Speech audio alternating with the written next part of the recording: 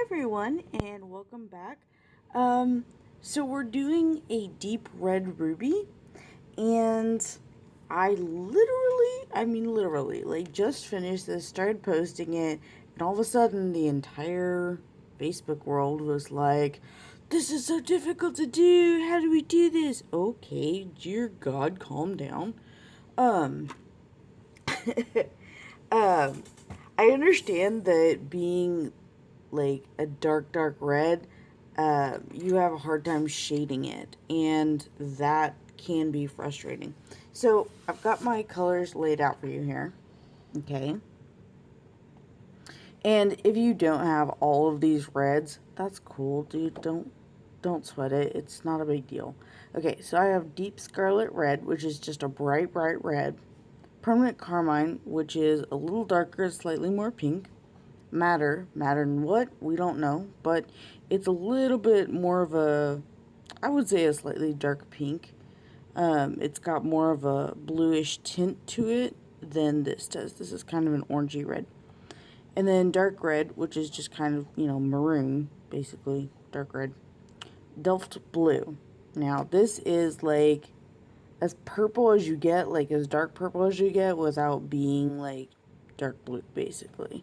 Because it has much more of a red tint to it than any of the other blues. And Delft Blue and Black are basically going to be your shading colors, your shadow colors.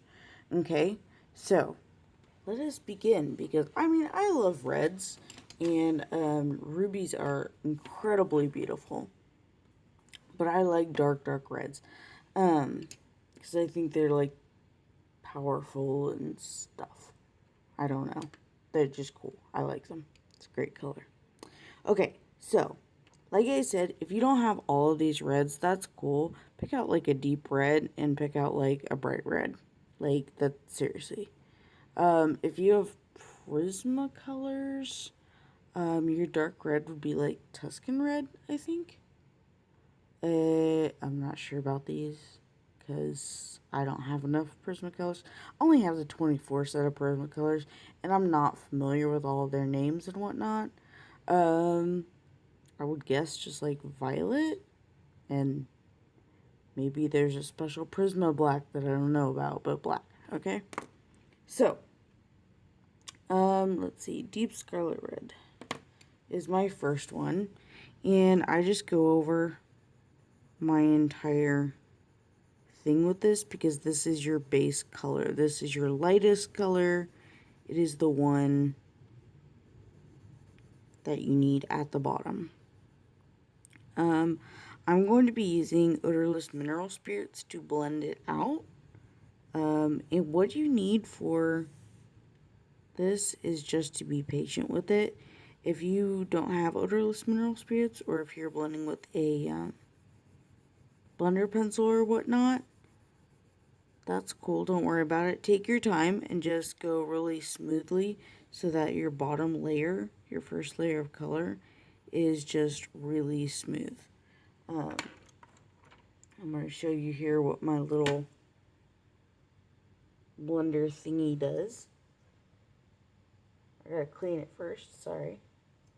Should have been more prepared with that. Odorless mineral spirits in a little bottle. I just tap my little tortillion thingy in there.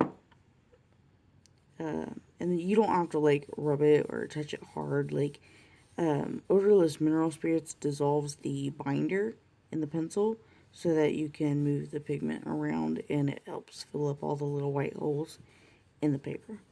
That's pretty much all that is. Okay? Okay. So I just want a smooth base coat. So however you need to get that, just get that.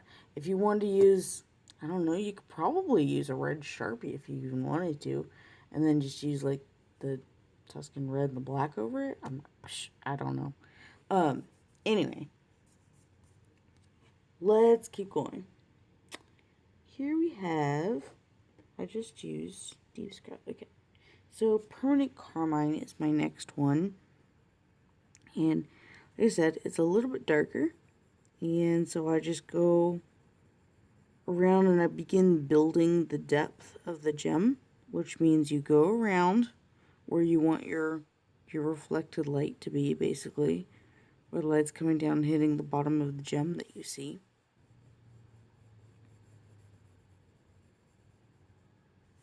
So we're just going to go around the bottom and the edges,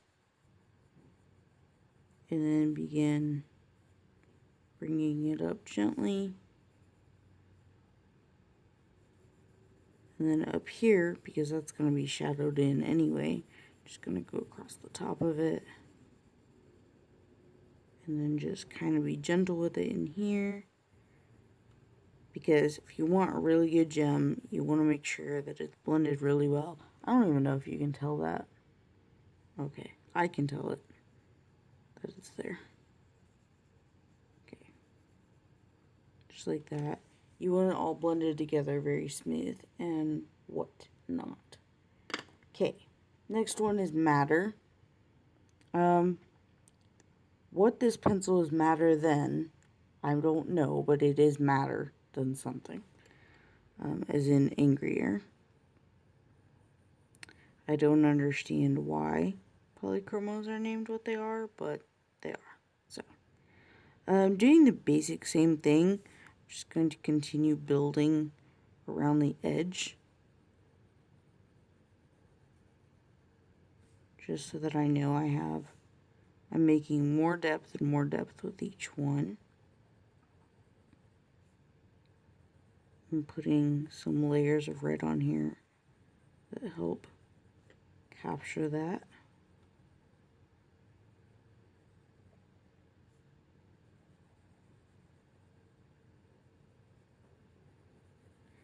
And once I've got this next layer on here, we'll blend it again, because I like to make sure it stays nice and smooth when I'm doing one of these. Because I want to tell you right now, like, it's not, I mean, for me, it's not that big of a deal, but apparently red's, like, really hard for some people. Which I really can get, I guess. Okay, this one's just dark red. And this one you can see a lot better up here.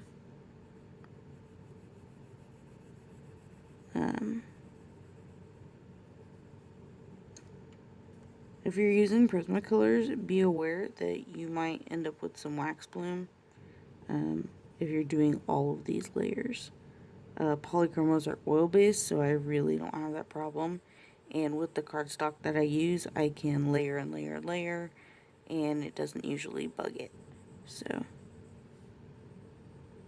I don't really have a wax bloom problem.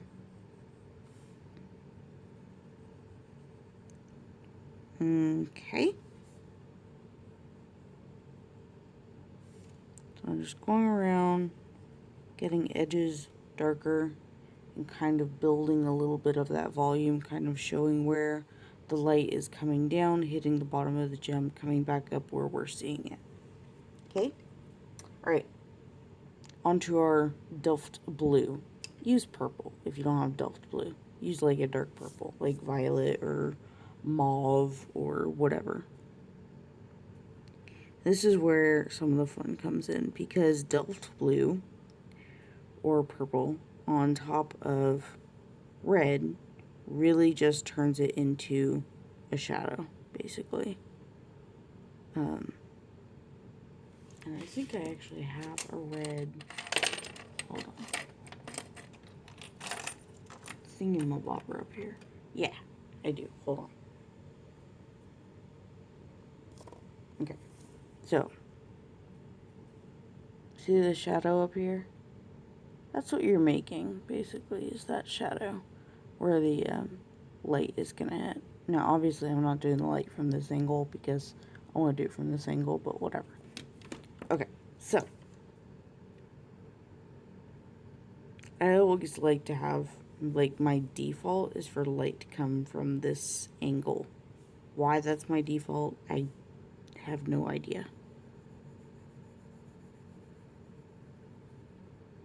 And then, by the way, when I do these layers, I am, like, barely touching the paper. And I mean that. Like, I am barely touching the paper.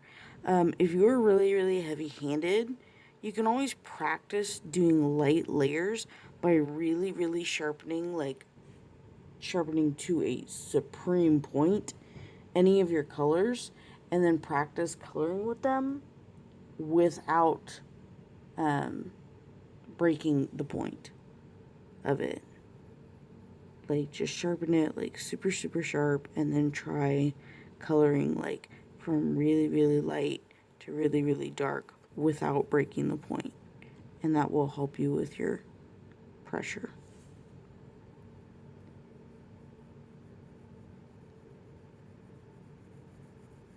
Okay, so I'm just going along, trying to bring in some shadow.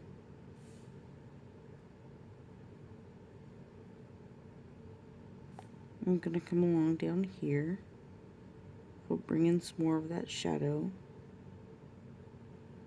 Because this is kind of like a rim that comes up at the edge of the gem. And so there's no light that is coming through over here.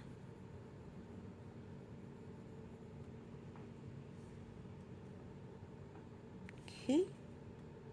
Okay.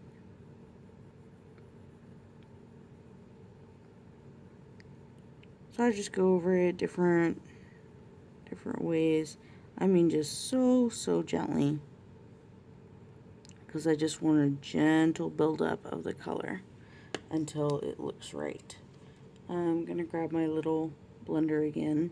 I have not re-dipped it or anything. I'm just leaving it as it was. And just going back in here and blending some more.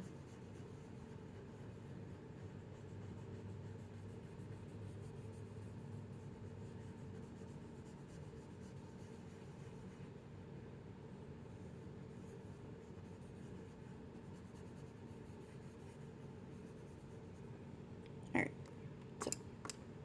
And then I go back in and I start putting more of the layers on here. This one's the dark red.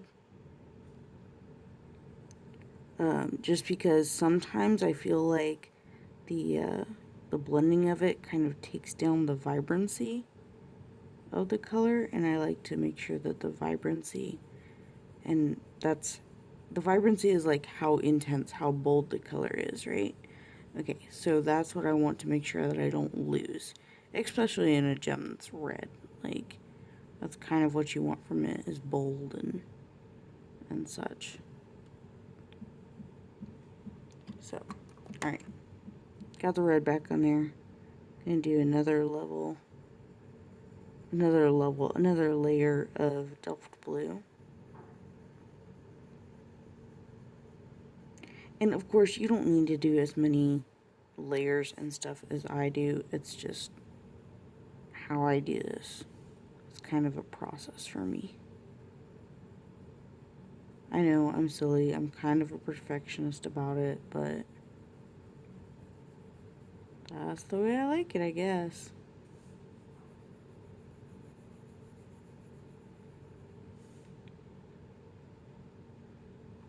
Okay.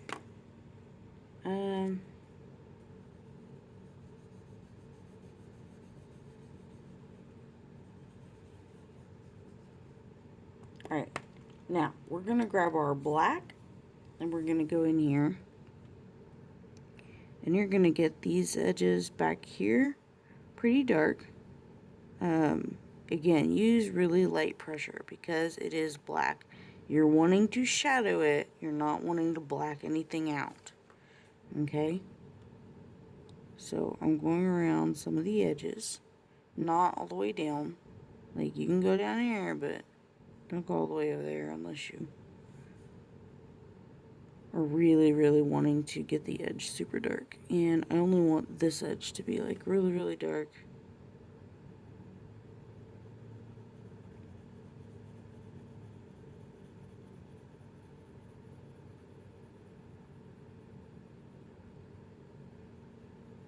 I'm not even going as far with this as I was with the purple. Or the Delft Blue, excuse me.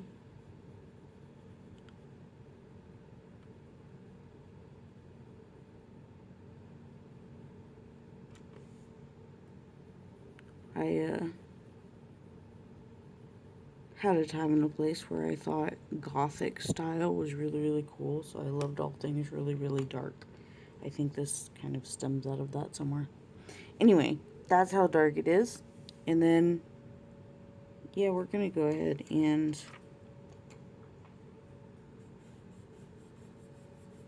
do a little bit of blending just to make sure it's not too dark. And then go in with my dark red again just to even all of it out a bit. Okay.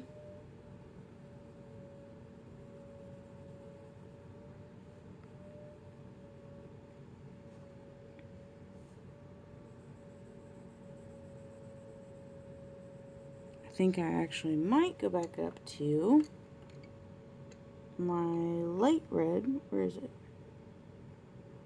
The deep scarlet red is the lightest one that I used. And so go in here and just put in a bit of that to help bring up some of that vibrancy again.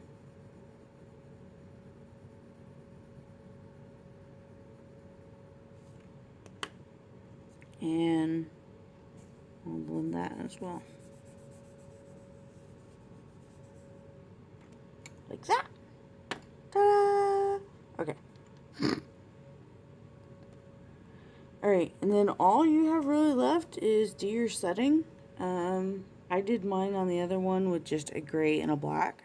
And then to do your highlight, I've got this kind of almost straight down. And so like from where the reflected light is, your highlight's going to be right about here.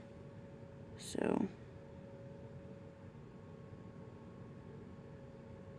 I'm going to do this for my highlight.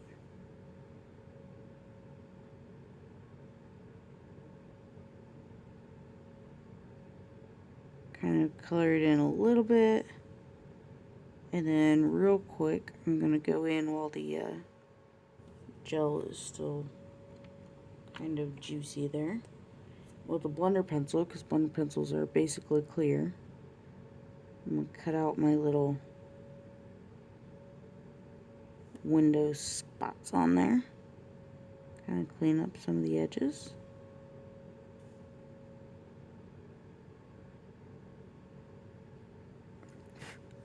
Okay. And then I'm going to go back in and fill this in so that they're nice and white.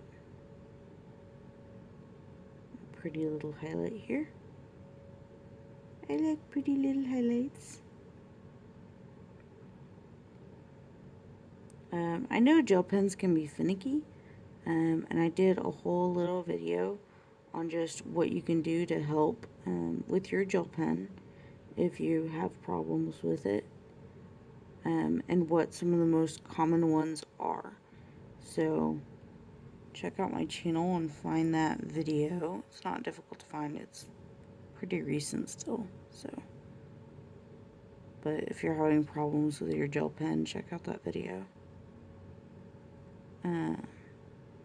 And then there's just other light sources around, which is why I always end up putting these little ones over at the sides and stuff. Because there's always light coming from other places, but that's the main one right there. So, I'll put like a little one down here. Maybe, I don't know. But that is it. That is your dark red ruby. So I hope you like it. And I'll see you next time when maybe we'll do something else. Maybe a faceted gem. Ooh. Talk to you later. Bye.